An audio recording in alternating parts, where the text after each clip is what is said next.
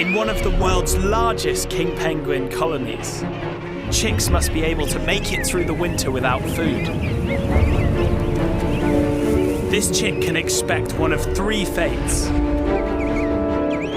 be eaten alive, starve to death, or hang on one more day until their parents return with food. And here they are. Look at all their bellies, they're all stuffed.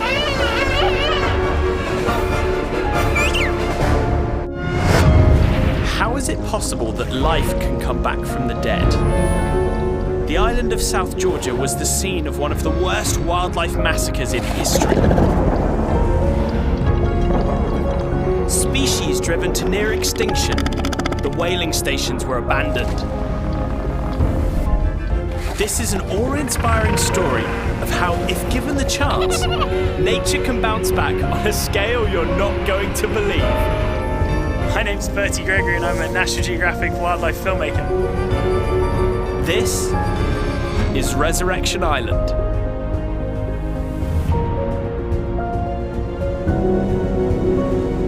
Less than 100 years ago, the penguins of South Georgia were being used as kindling for whaling station fires. But now, We've finally made it to St Andrews Bay, you know, the busiest beach on the planet.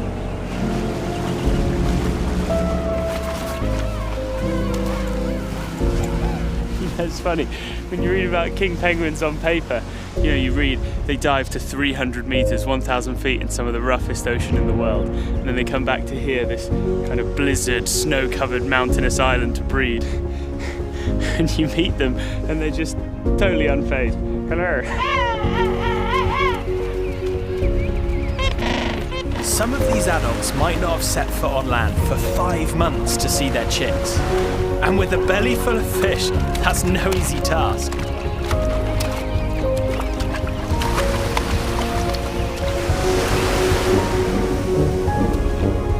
The worst part is over.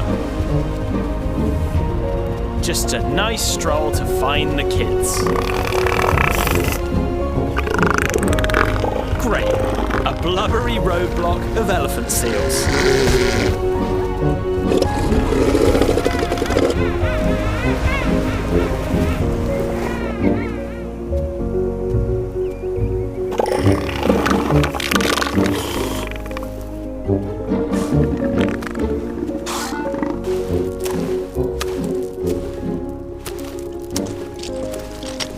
You ready? Ready. Here we go.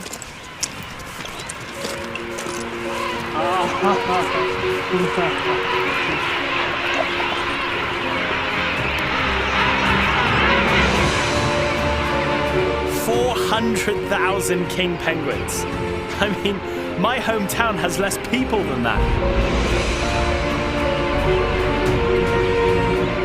In a way, it's like a city. It looks, to start with, like just a mass sprawl of penguins, but it's almost organised. I mean, you've got that big swimming pool in the middle, prime swimming for a little wash when you're all stinky.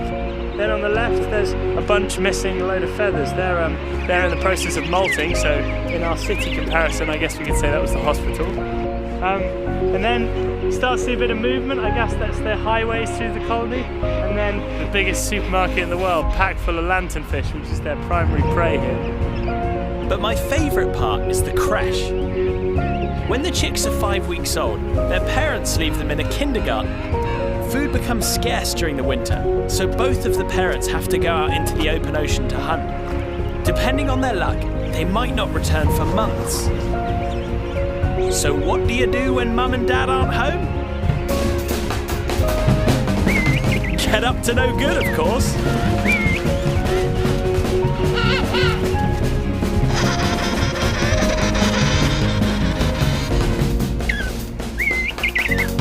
They just have the most amazing fluffy coats.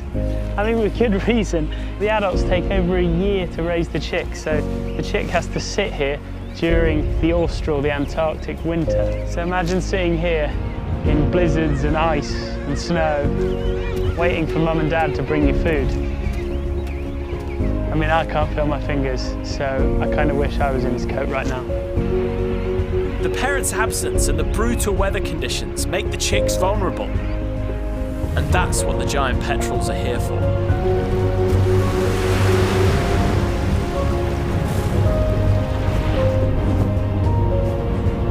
Giant petrels hunt king penguin chicks by spotting a weak one that's strayed away from the crash.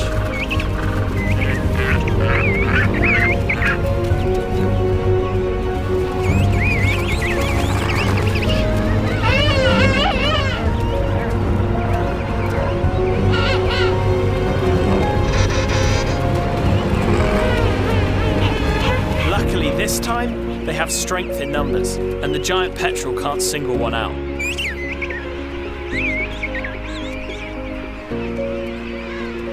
Finally home, each adult calls their chick.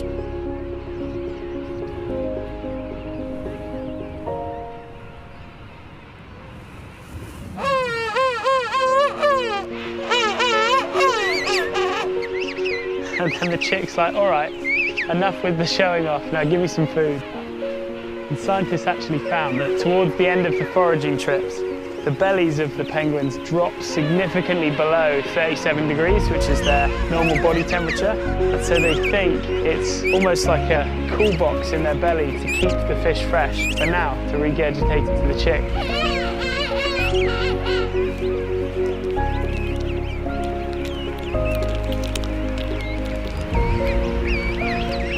Oh, you totally saw the food come out. That's wicked. Slash a bit gross. Now that the chicks have had a few mouthfuls, the adults need to go back to the ocean and start again.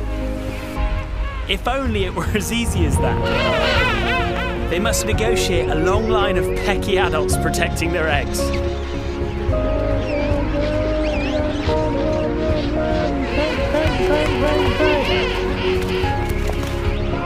Oh, he's going for the double. That's brilliant. What an awesome tactic. They must be paired together, and the one behind is using the one in front as a shield. The front one's getting absolutely hammered, but the back one... Oh, actually, no, the back one's getting hammered too. It's a rubbish tactic.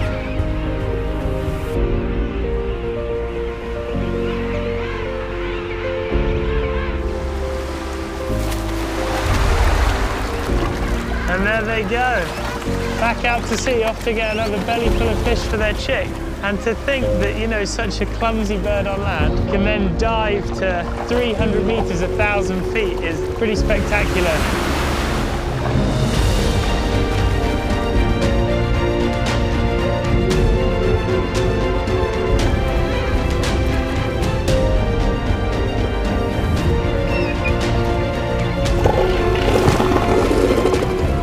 This place is just unbelievable. In 1925, just 1,100 king penguins were counted here. And now, there are over 400,000. This is what happens when environmental conditions are right and you protect a place. And if this isn't justification for looking after wild places, then I do not know what is.